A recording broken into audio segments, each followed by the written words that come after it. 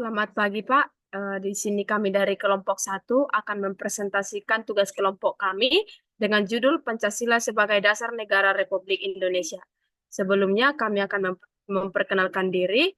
Nama saya Destina Manurung dan teman saya Gerald Sitio, Erlangga Napitupulu, Adinda Hutasoit, Maria Sibarani, Anastasia Marpaung, Putri Gultom, Maria Pangaribuan, Iqbal Siagian, dan Richard Aritono.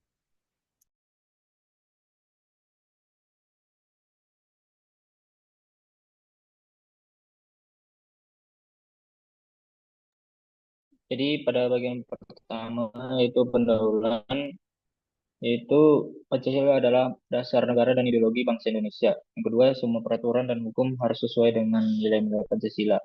Yang ketiga, inti nilai nilai Pancasila yaitu ketuhanan, kemanusiaan, persatuan, kerakyatan, dan keadilan sosial. Yang keempat, generasi muda berperan dalam mewujudkan keadilan sosial berdasarkan Pancasila.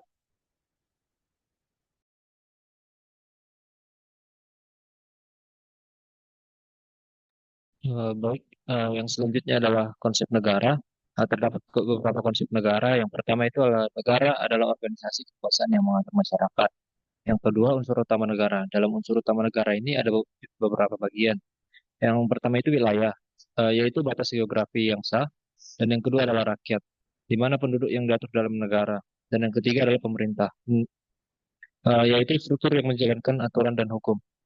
Dan konsep negara yang terakhir adalah Pancasila menentukan bentuk negara Indonesia sebagai negara kesatuan berbentuk republik.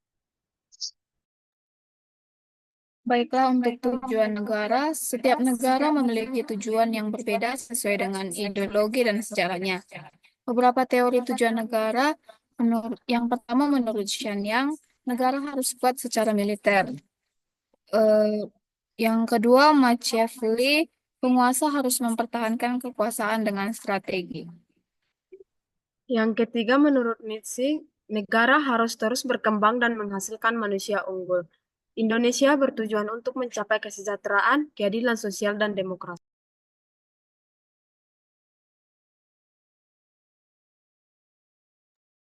Yang selanjutnya adalah urgensi dasar negara. Dasar negara adalah pedoman utama dalam membentuk dan menjalankan negara. Disebut juga Ground State atau norma dasar tertinggi. Fungsi dari dasar negara ada tiga. Yang pertama, menjadi sumber hukum tertinggi sebuah negara. Yang kedua, menentukan arah kebijakan negara tersebut. Dan yang ketiga, menjadi pedoman penyelenggaraan negara.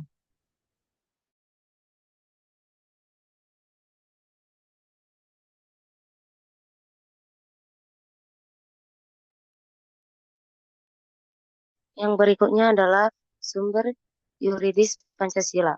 Sumber yuridis Pancasila berarti dasar hukum yang menegaskan Pancasila sebagai dasar negara.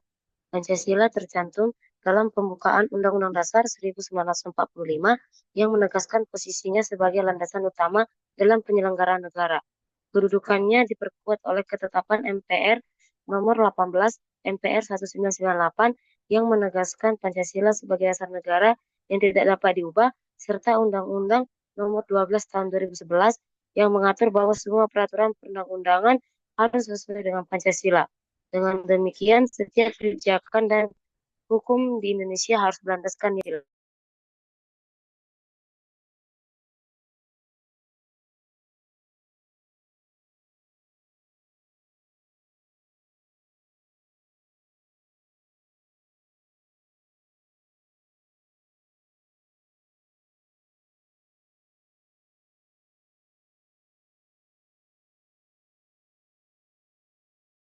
Selanjutnya yaitu sumber historis Pancasila. Yang pertama, Pancasila dirumuskan dalam sidang PPUPKI yang pertama oleh Muhammad Ibrahim yang mengusulkan 5 prinsip kebangsaan. Yang kedua yaitu Soekarno yang menekankan negara integralistik. Yang ketiga yaitu oleh Soekarno yang menyampaikan pidato filosofis Groslek pada 1 Juni 1945. Sumber historis kedua yaitu sahkannya dalam Piagam Jakarta pada 22 Juni 1945 dan pada Undang-Undang Dasar 1945 pada tanggal 18 Agustus 1945.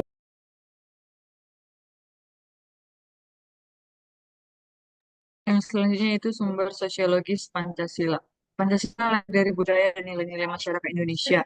5 nilai utama yang mencerminkan sosial bangsa yang pertama ketuhanan, bahwa negara menjadi agama, kemanusiaan, hormati HAM, yang selanjutnya itu persatuan, hargai keberagaman suku dan budaya, yang keempat itu kerakyatan, yang mengutamakan musyawarah dan terakhir itu keadilan sosial, menimbangkan hak dan kewajiban.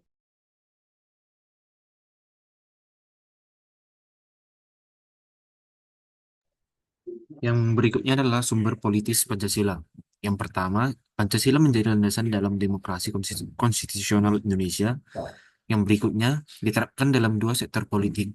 Yang pertama adalah suprastruktur politik seperti lembaga negara seperti DPR, MPR, Presiden. Lalu yang kedua, infrastruktur politik seperti partai, partai politik, media, organisasi masyarakat. Yang selanjutnya adalah mewujudkan pemerintah yang bersih atau clean governance dan tata kelola yang baik atau good governance. Yang menjadi kesimpulan per pembahasan kali ini adalah sebagai warga negara Indonesia, Pancasila adalah pedoman dalam kehidupan berbangsa dan bernegara. Kemudian yang kedua, setiap peraturan dan kebijakan harus berlandaskan Pancasila. Yang ketiga, generasi muda harus memahami dan mengamalkan Pancasila dalam kehidupan sehari-hari. Dan yang terakhir, menegaskan pentingnya menjaga persatuan dan kesatuan berdasarkan nilai-nilai Pancasila. Demikian presentasi dari kelompok kami. Terima kasih.